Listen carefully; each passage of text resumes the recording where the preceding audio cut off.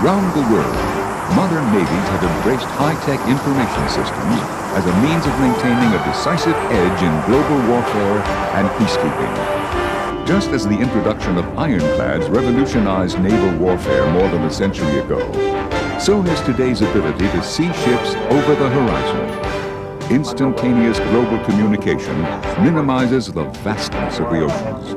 State-of-the-art intelligence systems are coupled with advanced computer-coordinated weapon systems, including missiles, naval aircraft, and autonomous vehicles. The combined application of these diverse technologies provides the modern Navy with unprecedented combat capabilities. The high-tech sword cuts both ways. Today's combat vessels are increasingly vulnerable to detection and hence destruction by well-equipped enemy forces. To defend themselves, navies employ high-technology countermeasures in the form of radical ship designs, air and space-based reconnaissance and command systems, and powerful anti-missile weapons. Today's volatile international affairs demand that warships be lethal and virtually invisible. When necessary, they must be ready to display the flag to deter hostile action before it can happen. In the 21st century, navies must be versatile. Join us as we examine the deadly new firepower and complicated technologies of the modern high-tech Navy.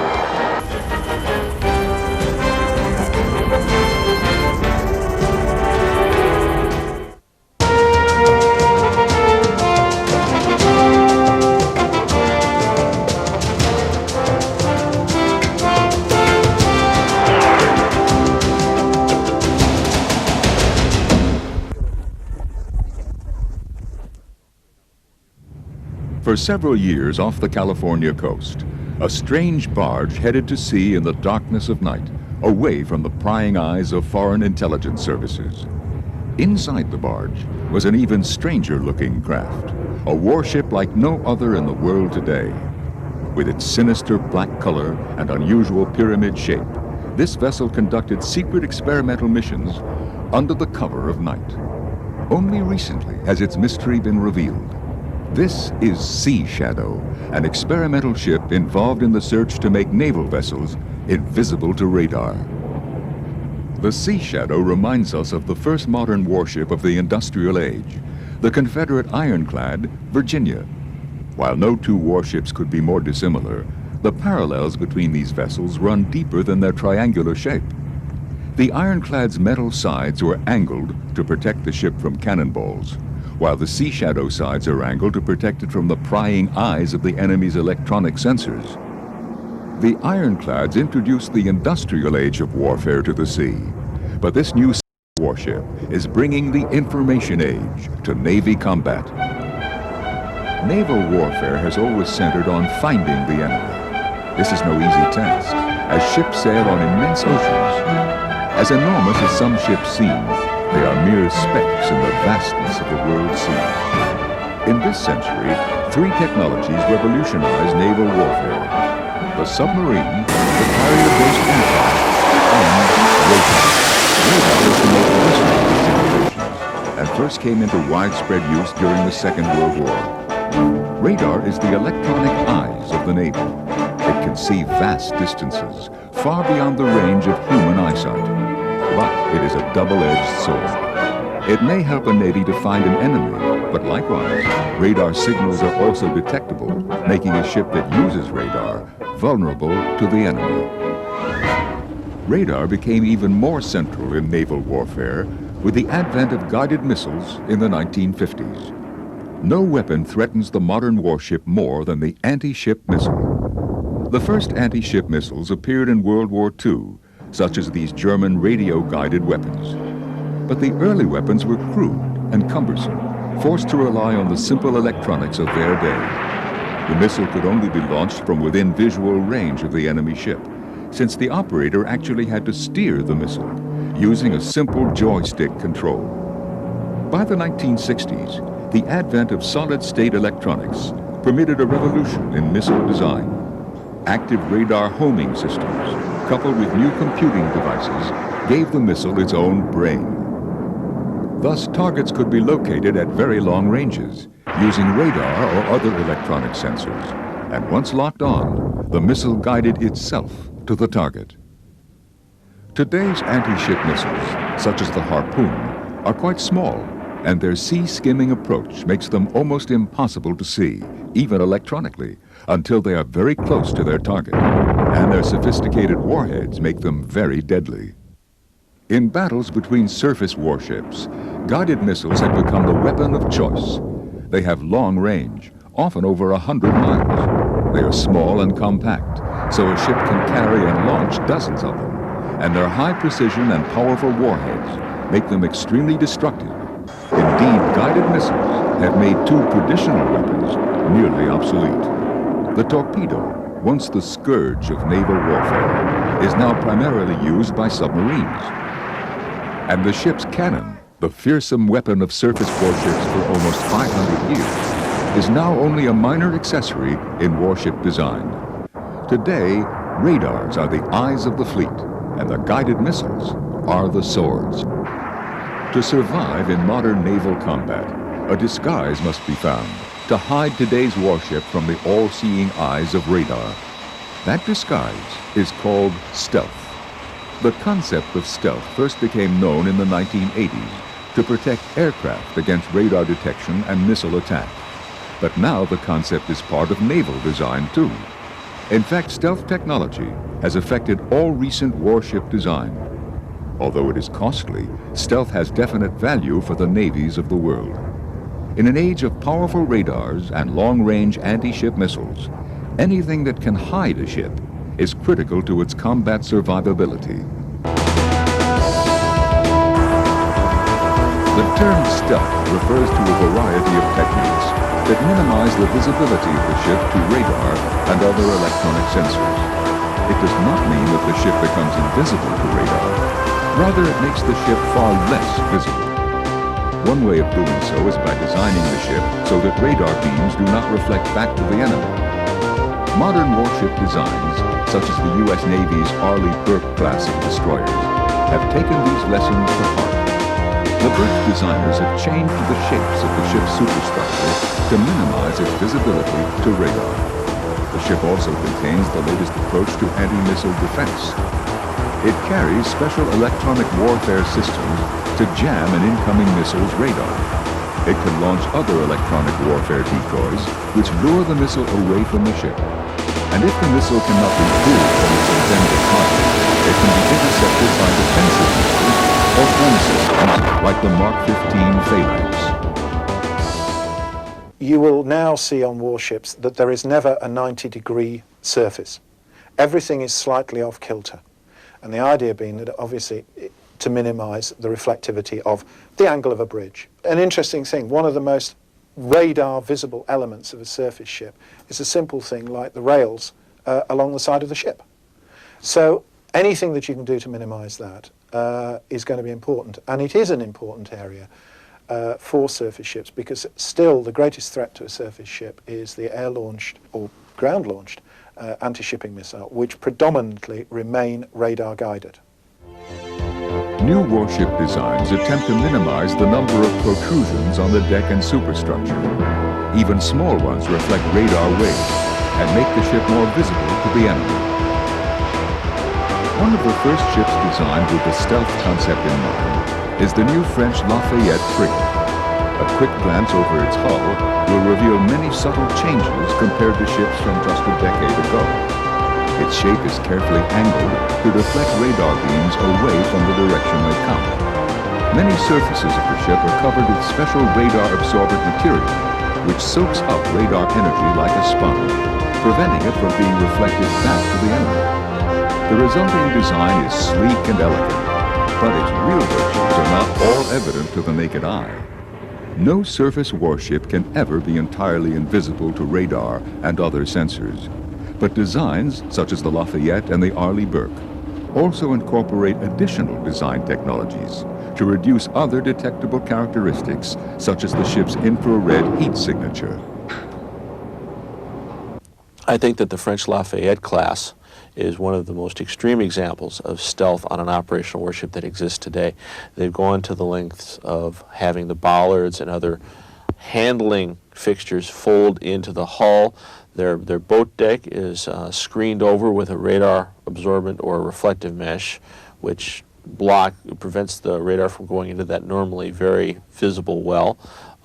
They've done a lot of things to make that ship very hard to see. It's not full stealth, but it is definitely very low observable. The most effective version of stealth today is the USS Sea Shadow, designed from the outset to determine just how far stealth technology could be taken in a ship. It bears practically no resemblance to any conventional warship. It does bear a striking resemblance to the F-117 stealth fighter aircraft. Its angled sides are covered with radar-absorbent material, with extreme angles that make it difficult for radar to detect or track this ship. Indeed, the Sea Shadow is evidence that stealth at sea means more than simply defending against radar. It also means attempting to minimize any type of signature that will help the enemy detect the ship. You're trying to protect against radar signature, you're trying to protect against infrared, you're trying to protect against sound, you're trying to protect against even your own wake. Any kind of energy you put out into the medium, either the air or the water, and water is a very good conductor of all kinds of energy, you want to reduce that signature as much as possible. To help protect against these other types of energy signatures, the Sea Shadow employs a very unconventional hull, a catamaran design. Catamaran, or twin hull designs, have been used on pleasure craft and sailboats for many years, but their use in warships is new. The catamaran hull on the Sea Shadow is intended to minimize certain acoustic signatures that make conventional warships more detectable. Is Sea Shadow really what future warships will look like? I don't see Sea Shadow as a real warship. It has nothing on board. If you wanted to deliver, let's say, seals or something like that, you could imagine Sea Shadow approaching a coast fairly quietly. The trouble is that when day broke, it would be sort of visible, no matter what you did. But Sea Shadow was built only as a test design, not as an actual warship. It carries no weapons and has no mission beyond researching the limits of stealth technology for naval vessels. Current generation warships that incorporate stealth technology, like the Lafayette and Arleigh Burke, use some of the Sea Shadow's features, but not all. A small number of special warfare ships based on Sea Shadow's design and intended to sneak SEAL commando teams ashore might be built. The U.S. Navy is also looking at a new category of missile-firing ships called Arsenal, which bridges the gap between current warship designs and the highly futuristic Sea Shadow. The advent of stealth design, along with new missiles and new mission objectives, is creating a revolution in naval warfare, the likes of which have not been seen in nearly a century. Really, it's a very exciting time because right now you have ship construction through stealth, a whole wide range of weapons and capabilities like Tomahawk and precision-guided munitions that are getting shipped, and anti-tactical ballistic missiles, giving ships a whole range of roles and capabilities. You also have new missions.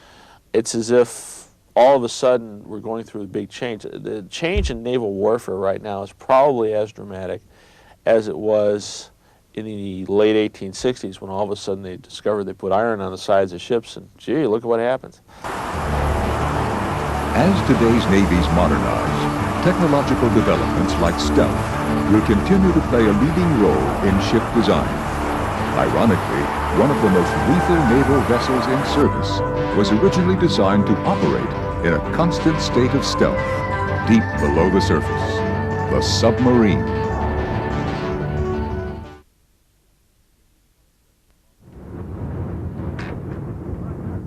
Stealth is a new concept to modern surface warships, but it is not a new concept in naval technology. For decades, navies have been operating stealth warships, more commonly known as submarines. The only kind of stealth that really matters at sea is submarines. For surface ships, you can reduce what you see, but I don't think you can make them nearly as indetectable as an airplane. So there's been a lot of talk, there's been some action, but I don't think it's had much impact. Due to the environment in which they operate, submarines are difficult to see and invisible to radar. In fact, the only practical way to detect submarines is by tracking the sounds they make. Sound, unlike radar waves, travels through water and travels well. But the sea is full of sounds, both natural and man-made. And submarine designers have been developing methods to run silently underwater since the advent of sonar, the undersea equivalent of radar. Sonar is designed to project and listen for sounds underwater.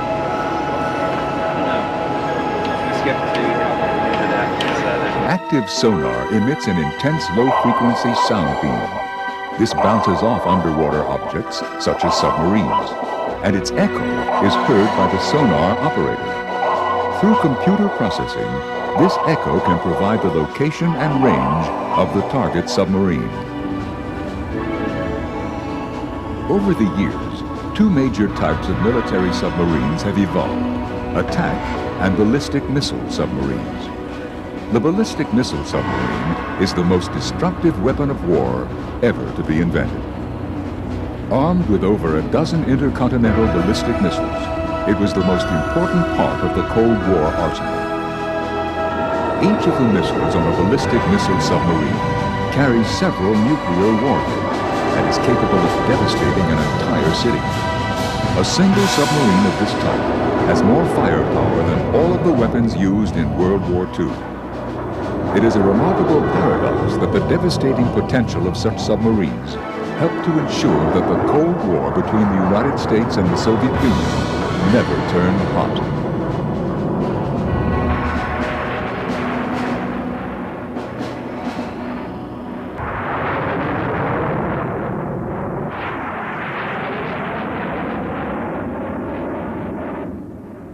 The natural environment for these submarines is below the surface. Their survival depends on being able to avoid the watchful eye of enemy forces. These submarines, powered by nuclear reactors, can remain underwater for patrols lasting months on end, deep down in the ocean's black depths. The fearsome power of these submarines is the ultimate deterrent threat for the U.S. Navy.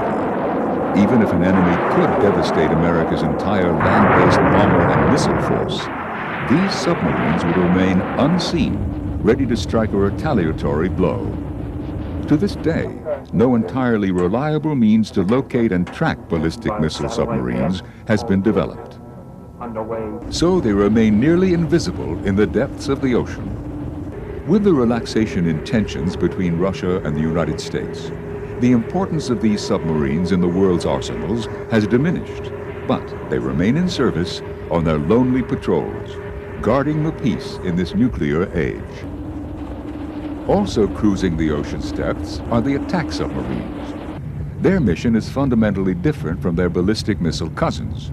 They are the oldest and most traditional type of submarine, designed to attack both surface warships or other submarines with torpedoes. Over the past few decades, new weapons have been added to their arsenal.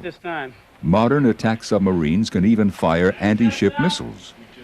The missile is contained in a special capsule launched out of the torpedo tube, like a conventional torpedo, which then rises to the surface. At the surface, the missile breaks free, the engine ignites, and it is off on its way to its target. The most important new innovation in the attack submarine's arsenal is the advanced cruise missile.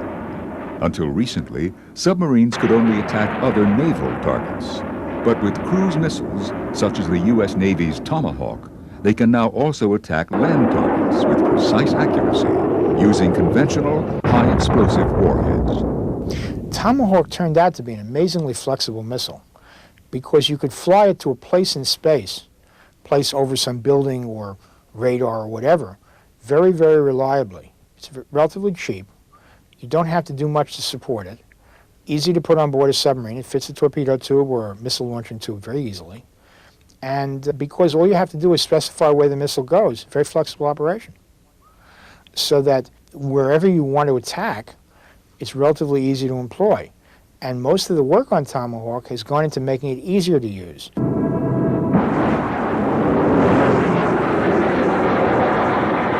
The Tomahawk was first used in combat in 1991 during the Gulf War. It was launched from submarines lurking off the Iraqi coast, as well as from surface warships of the U.S. fleet. Since the Gulf War, the Tomahawk cruise missile has become the big stick of American diplomacy, able to make a strong diplomatic statement when other political means have failed. Tomahawks were used in 1992 and 1996 against Iraqi military objectives, and in 1995 against Bosnian Serb military targets. The Tomahawk missile has several advantages in such situations. Because it has no crew, there is no fear that a pilot will be lost during a tense political crisis, and the Tomahawk can strike with such precision that it can be used in situations short of all-out war, destroying a single building or other key objectives.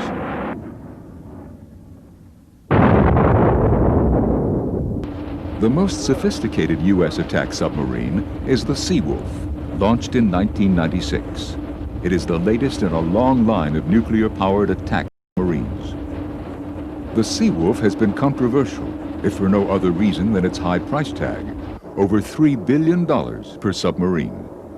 Critics have charged that Seawolf is merely a last gasp of the Cold War, a weapon inappropriate to the new dynamics of world politics. But many of the features built into the Seawolf make it a very versatile platform, regardless of the constant changes in international security. You have to think of Seawolf as the successor to earlier Cold War submarine designs. It's a Cold War submarine. The idea of Seawolf was that it could operate for an extended period in areas the Russians thought they controlled to tie down Russian submarines. So it had to be very quiet. It had to have a lot of weapons on board because the greatest danger operating in their waters would be coming in and out of them. They would have a barrier of some kind. Now, once the Cold War is over, those jobs go away. What's left is that it's a much more flexible submarine than earlier ones. It has a much higher computer capacity. It's very quiet. Quietness is still valuable because the thing a submarine does, it's invisible. You talk about stealth, that's stealth. There's no other real stealth. Although the Seawolf is the most sophisticated of submarines, it is not the only new design. On the opposite end of the spectrum are special warfare submarines. These range in size and complexity, and most are designed for commando operations.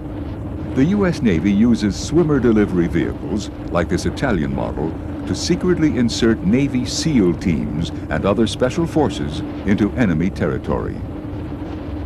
Like a submarine, a mini-sub has a lot of different possible uses.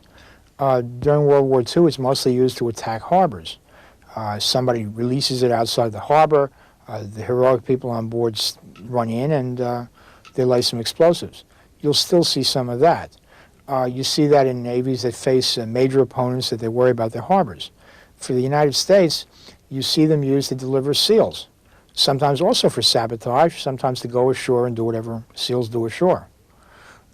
Basically, it's a way of delivering a few people and maybe some explosives relatively cheaply. On the other hand, it's a very, very dangerous way to travel, and historically, their record is kind of mixed. The submarine, elusive and lethal, will continue to be the ace in the hole for many navies. But other naval vessels are being built with no concern for stealth, and for good reason. Just being seen will continue to be an important mission of the world's high-tech navies.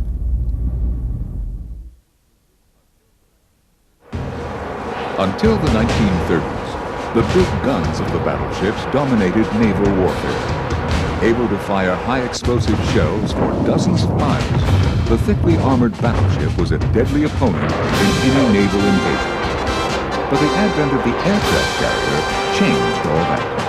The carrier's aircraft could strike from hundreds of miles away, far outside the range of any battleship's gun. So the earlier monarch of the sea made way for a new ruler. For the past 5 decades, the aircraft carrier has been a predominant weapon in conventional naval warfare. The modern aircraft carrier differs little from its World War II ancestor in shape or mission. It is certainly larger, and its propulsion is often nuclear, meaning that it has nearly unlimited range. The mission remains the same, to deliver devastating firepower through the use of the warplanes it carries. It's the aircraft on today's modern carrier that distinctly separate it from its predecessors. Although a large portion of naval research has been focusing on stealth, the carrier remains one of the least concealable ships. Its enormous size, its angular structure, and its many protruding parts make it easy for radar to detect. Aside from the fact that it will be very difficult to do, there are two reasons why modern carriers have so few stealth features. The first is their mission. Since the collapse of the Soviet naval threat, the carrier's primary function is to project the visible image of power in times of international crisis. In such cases, stealth would actually be counterproductive. The intention of the carrier is to make its presence seen and felt.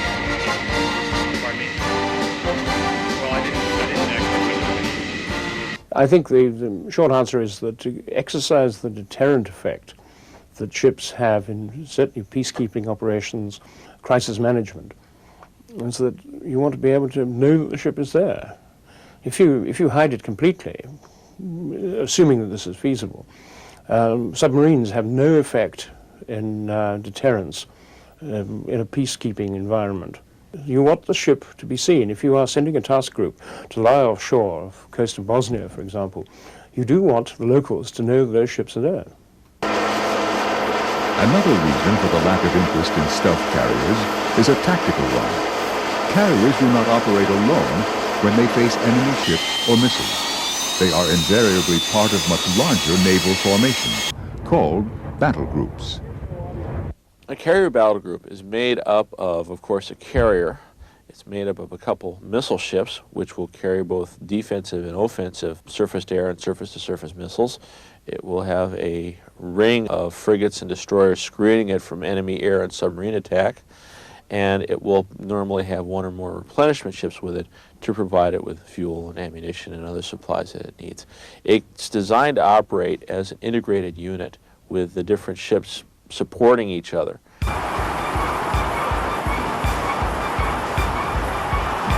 In the U.S. Navy, the most important elements in this protective force are the Aegis ships. Aegis is the code name for the sophisticated radar and weapons systems carried aboard both the Ticonderoga-class cruisers and the Burke-class destroyers. The Aegis radar sweeps over vast areas of airspace, looking for hostile aircraft. It can also work in conjunction with the carrier's Hawkeye radar aircraft. The Aegis warships patrol the perimeter of the battlefield, shielding the fleet from enemy air attack. If an enemy air attack does occur, the Aegis can intercept enemy aircraft or missiles using the highly effective Standard air defense missile. The Aegis ships are also armed with a variety of other weapons to defend the battlefield and serve as a launch platform for Seahawk helicopters, which can search out enemy submarines from the air and attack them with torpedoes.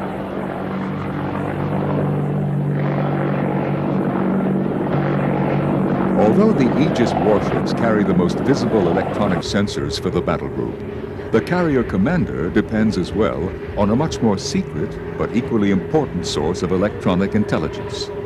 Spacecraft have become one of the most vital elements in the operation of carrier battle groups. Satellites command the high ground, looking at the seas below from space, from where, on clear days, satellites can provide detailed photographic images of the ships below. Even in cloudy weather, radar satellites can scan vast areas with their electronic signals, able to penetrate even the thickest clouds. Only the submarine has remained invisible to these electronic eyes in space. For navies, space is unbelievably important. The reason is that navies operate all over the place. Space is the only medium where we can put up supporting devices that are also all over the world. So originally that was mostly communications, but later it was also reconnaissance. For example, if we want to go into some foreign country, we don't know where it'll be in advance. We don't have any assets waiting there to help us. Satellites are available. Their information goes down to the fleet can then act. We first started using this a lot during the Cold War to track the Russian fleet. And the idea was that American satellite information could allow us to shoot at the Russians from great distance. So space and naval warfare go together very intimately. The United States Navy is the only fleet to have a significant number of large full-deck carriers. But for smaller navies, they are simply too expensive. Although Britain was the pioneer of the modern carrier, Britain's Royal Navy was forced to retire its last full-deck carrier decades ago for budget reasons. In their place have come smaller, lighter aircraft carriers, such as the HMS Illustrious. The air wing of the Illustrious is less than a fifth the size of the Enterprises. It consists entirely of vertical takeoff aircraft, helicopters, and Sea Harrier jump jets.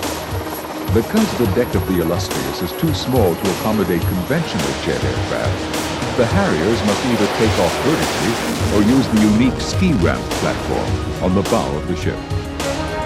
While not as powerful nor as versatile as a full-deck carrier, these light carriers have proven a cost-effective solution, as the British experience in the Falklands War in 1982 so clearly demonstrated. Nothing can match the big 90,000-ton nuclear-powered carrier of the US Navy, but at a lower level, you get an enormous number of benefits. You have tactical strike capability. You have anti-submarine capability, because you can get your helicopters out, instead of flying them long distances from shore bases, wearing them out, using up fuel. You take them out to the area where you want to hunt the submarines, and they're serviced on board, they're fueled on board. If they break down, you can repair them. You get a sort of local air superiority factor, which is very valuable. Carriers will continue to provide the versatility that many navies are striving for. They will work hand in hand with other modern ships to fight the new naval battles of the next generation along the shores and coasts of unfriendly nations.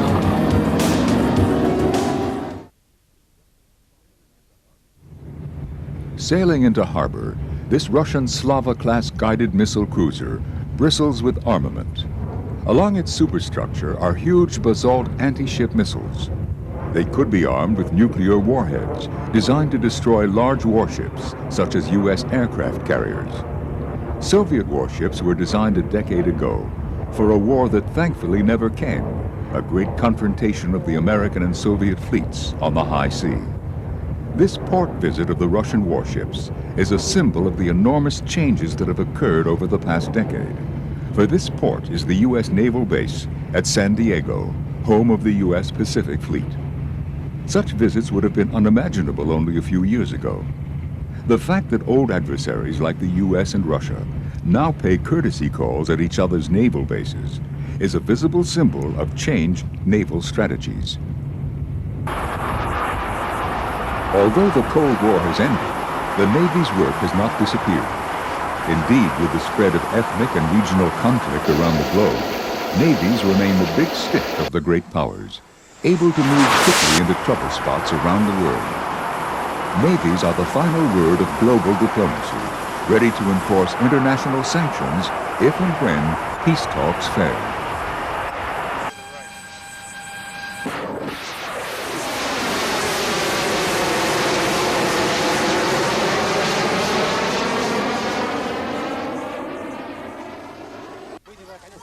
The advent of what many strategists call the New World Disorder has brought about profound changes for navies around the globe. During the second half of the 20th century, warships were designed for great naval confrontations on the high seas. This was high-tech warfare centered around the most advanced warships and submarines. The mission was to destroy enemy warships using guided missiles and other advanced weapons. War in the deep Atlantic and Pacific required robust and sophisticated naval equipment. But for today and the future, the orientation of naval warfare has completely shifted. Instead of focusing on battles on the open seas, the emphasis now is on operations in coastal waters. This type of naval operation is called littoral warfare. The word for littoral warfare is an attempt to change emphasis. During the Cold War, a lot of the emphasis was on what would happen in the wide oceans. We would try to resupply Europe, the Russians would try to stop us, things like that. What Littoral says is, in most cases, we're not up against anyone who will attack us far out to sea. Instead, our operations are centered on the area around the other fellow's coast. So, for example, you're talking about amphibious operations, you're talking about attacks ashore, things like that, and the Navy has to be able to operate freely very close to someone else's shore for an extended period. That's the littoral operation. While littoral operations might involve battles with enemy naval forces, the missions are much more diverse. A single operation might include a naval blockade, amphibious assaults, reconnaissance missions, and other missions determined by political developments. The emphasis on this kind of warfare is forcing the world's navies to rethink how they conduct their training, what type of technology to acquire, and how to operate in this new environment. It's almost a psychological problem in the sense that the US Navy and its allies in the Cold War was designed to engage and destroy the Soviet Navy in mid-ocean. The idea was to get the Russian fleet out to sea, engage it, and sink it. As soon as you go close into shore, you have things like minefields. You don't have mines in the middle of the Atlantic. You have them in the Gulf. You have them possibly in Bosnia. You have submarines, small submarines, difficult to detect. You're not tracking big nuclear submarines. The classic example of the littoral operation is the amphibious assault landing. Traditionally, amphibious operations are carried out by the Marine Corps in conjunction with the Navy. The Navy is well equipped to carry out amphibious landings and has developed an extensive array of equipment for these missions. The amphibious assault ship is at the heart of these operations and comes in a variety of configurations. Landing ship docks, known as LSDs, have a large well deck in the rear of the ship, which serves as a base for amphibious trackers and other types of beach landing vessels.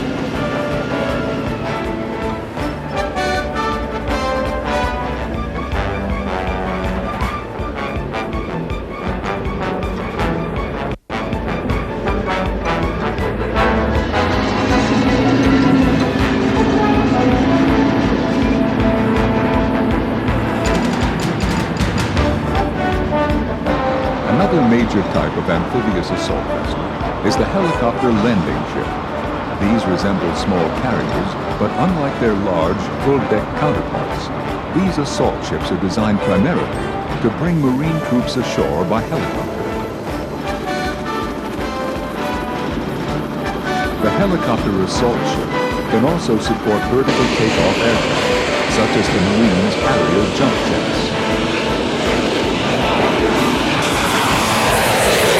In the 1980s, the Navy took a very old ship out of mothballs to support amphibious operations, the battleship. Although aircraft carriers made battleships obsolete for ship versus ship fighting, their powerful guns can unleash a devastating salvo against the coast, which they did as recently as the 1991 Gulf War. But battleships have been mothballed once again, victims of the cost-cutting that followed the end of the Cold War. If battleships could be kept in service for a cheaper price, I think we would still be using them in the littoral warfare role.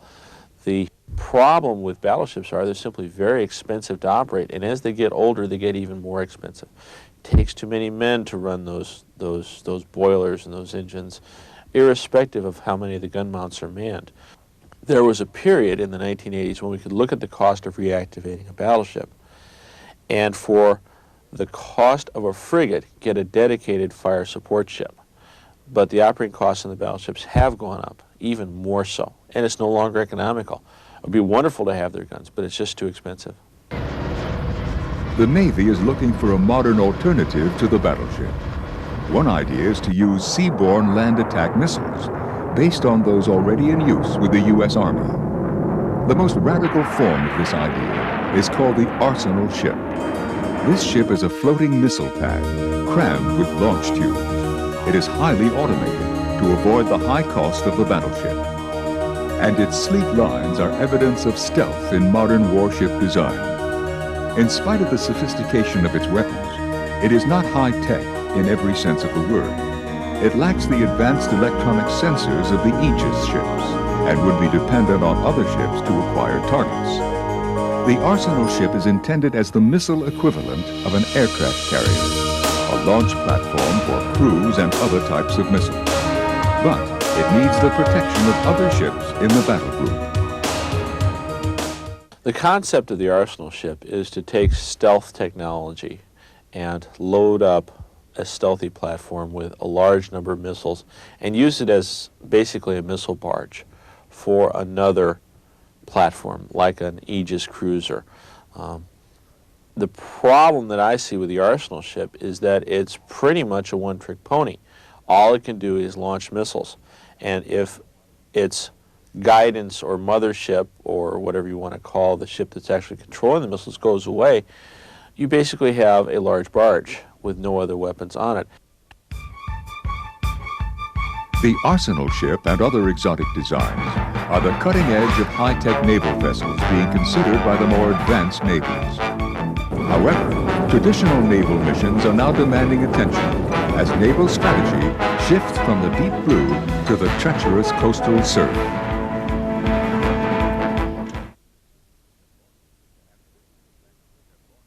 Amphibious landings have long been regarded as the most difficult and dangerous of all military operations. While still at sea, the landing force is very vulnerable to enemy fire. The most important advantage for any landing force is surprise, but modern technology does not make that easy. The element of surprise has been vital in amphibious warfare since day one. It's always the goal of the amphibious players to land wherever the enemy isn't. And the ability of modern surveillance systems like radar and aerial radar and other things to flood a threatened coastline with sensors makes it very, very difficult for us to sneak up on the bad guys. It's critical that we get that first wave in and ashore quickly, because they're the people who can give us the wedge that we need to get everybody else ashore safely. Although the Navy has many tools to conduct littoral or coastal warfare, defensive technology has led to many weapon systems which make amphibious landings more difficult. A particular problem is naval mines. In the past, various methods have been used to clear mines, one of the most efficient being the use of a special sled towed by a powerful helicopter like the Sea Static. Although this method works, it also makes clear to the enemy which beach is intended for the naval landing. It is impossible to hide so large a helicopter and so conspicuous an operation. In addition, new mines have been developed which are difficult to disarm by this method. Well, the majority of modern mines, of course, are bottom-laid. They lie on the seabed and they are detonated by influence, acoustic, magnetic, and pressure principally. And they are very much harder. You do have to hunt them individually, locate them and destroy them. You can't sweep for them in a traditional manner. To counter these new mines, a secret new technology is being developed. Launched from a submarine like a torpedo, these remotely piloted devices can hunt for mines and destroy them as well. The idea of the submarine launch vehicle is to find out where the mines are, but to do it without being noticed. Because if you can do that, it means you can examine all potential minefields off several different beaches without telling the opposition which beach you land on. So the invisibility matters a lot. Most of the other techniques that you can imagine, someone has to fly over the minefield or you have to run a ship past the minefield. Those are very visible. So the submarine offers invisibility, which is very valuable. Besides the anchored mines which threaten ships, the landing forces can be threatened by mines planted along the shore, intended to destroy both landing craft and personnel. These types of mines are a particular challenge to eliminate, especially if it is necessary to destroy them without the enemy finding out. This has led to the development of some unusual devices, taking advantage of the latest computer technology. Known as the Autonomous Legged Underwater Vehicle, or ALOV, this crab-like device is intended to lead the way through treacherous mine-infested surf. Much like a crab, the ALOV is well adapted to the surf zone and is designed to withstand the harsh environment of irregular terrain, turbulence, and changing currents. Deployed in large numbers, each one will explore the landing zone looking for mines. When the ALOV comes across a mine, it will wait there and, on signal, blow itself up and the mine with it. Each robot acts independently, with very little communication between each other. Thus, if one becomes disabled, it will not affect the outcome of the other ALOV units operating in the surf zone. We really need some way of demining those beaches and the approaches to the beaches, simply to save lives. And that's why so many companies are actually developing quite ingenious solutions. I've seen the little rockwool crab. It looks like a mechanical lobster, and it's quite extraordinary. Expendable, because modern electronics can be made cheap enough so that you can blow the thing up. And if you can guarantee that that thing, one mine for one of those, it's going to make those Marines feel a lot happier before they hit the beach. Mines are a great threat near the shore, but a longer-range threat is also present. As at sea, the advent of anti-ship missiles poses a particular hazard to landing forces. In recent years, new systems have been developed to permit anti-ship missiles to be launched from the coastline. A small number of these weapons can have devastating consequences on an amphibious assault force. As soon as people started buying anti-ship missiles, the Marines became afraid that those missiles would destroy transports anchored offshore. If you do a classic World War II type assault, it's not merely that you come in close, it's that you spend a lot of time in close, in full view of the enemy. And no matter how slowly he reacts, he's got a lot of time to do the job. So the coastal missiles have always been a frightening threat. The problem is that it's very hard to find them. They can be hidden before they're used. They can be in caves. They can be on little trucks. That probably was the main driver towards pushing the Marines offshore. The Marine response to the development of coastal anti-ship missile launches has been a new tactic called over-the-horizon landings. If the Naval Landing Task Force can stay off at a great distance, the threat of anti-ship missiles is minimized, because the coastal anti-ship missile launches cannot see over the horizon. But now, the task force is so far out to sea that conventional amphibious assault vehicles are much too slow. It would take them hours to reach the shore, under enemy fire all the time. And existing helicopters do not have the speed, range, or endurance for this mission either. As a result, the Marines are pinning their hopes on a radical new type of aircraft to carry out over-the-horizon missions, the Osprey. The Osprey can take off vertically like a helicopter. Once in flight, its engines move to a more conventional horizontal position, enabling it to fly fast like a traditional transport aircraft. It combines the best features of helicopters and conventional aircraft in one package. The Osprey, as a tool for the Marines, is a tremendously valuable piece of equipment because it has the range and the speed that a conventional helicopter does not have. The Sea Knight, which has been the workhorse of the Marine Corps for much longer than it should have been, cannot lift as much, cannot go as far, cannot go as fast. It also can't do a lot of different things. Once the Osprey comes into the fleet, I think we'll see it adapted for other things besides marine lift. But the main thing is getting a lot of Marines over the shore very quickly, and again, with vertical landing capability, you can come down, drop them off, and immediately go back for another load. The Osprey is an important part of the Marine Corps' response to new missile defenses. But in spite of its capability, it still cannot transport the types of heavy mechanized equipment needed in modern land warfare. So, to get such equipment ashore, the Navy has developed a new type of landing craft, far faster than conventional boats. This is the LCAC, which stands for Landing Craft Air Cushion. It rides on a cushion of air, created in a pocket under the craft, and it is pushed ashore by large propellers at speeds of over 60 miles an hour. The LCAC is critical to the Marines' over-the-horizon capability. The ability to motor along at 50 or 60 knots, carrying a decent payload, means you can get that first load on the beach very quickly from an over-the-horizon. And we should be clear that over-the-horizon is only for that initial period of surprise. Once a beachhead is established or the element of surprise has been lost, the amphibious group moves in closer, and then the LCAC can turn around even more quickly and increase the ability to get troops on the beach. And because it's surface effect, it just rolls right up on the beach and drops the stuff off feet dry. As effective as the LCAC may be, it is not well enough protected to survive in a landing against a well-defended beach. For the difficult job of assault landings, the Marines have traditionally relied on armored amphibious assault vehicles. However, the current generation of vehicles is quite slow, especially when in the water. Over-the-horizon landings using such vehicles are impractical, since it would take hours to slowly move to shore. The obvious solution is speed. But how is it possible to make a 20-ton tracked armored vehicle as fast in water as a speedboat?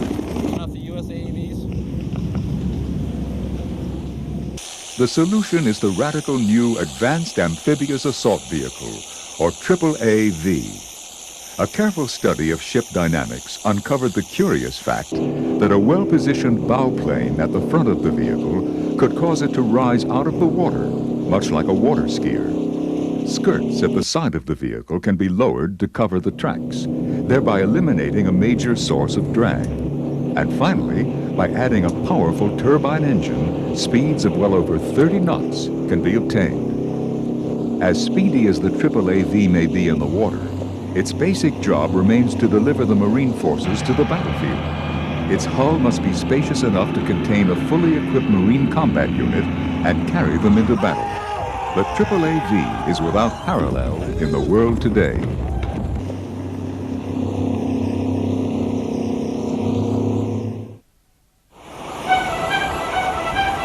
Navies have proven invaluable in maintaining the peace in far-flung corners of the globe. What does the future hold for naval technology? The requirements for the 21st century will dictate the pace of innovation in all aspects of naval design. The proliferation of advanced anti-ship weapons will force continued development of technological countermeasures. The unique demands of crisis management around the globe will lead to even more innovations. Changes in international diplomacy and advances in naval engineering are shaping the new wave of the modern high-tech Navy.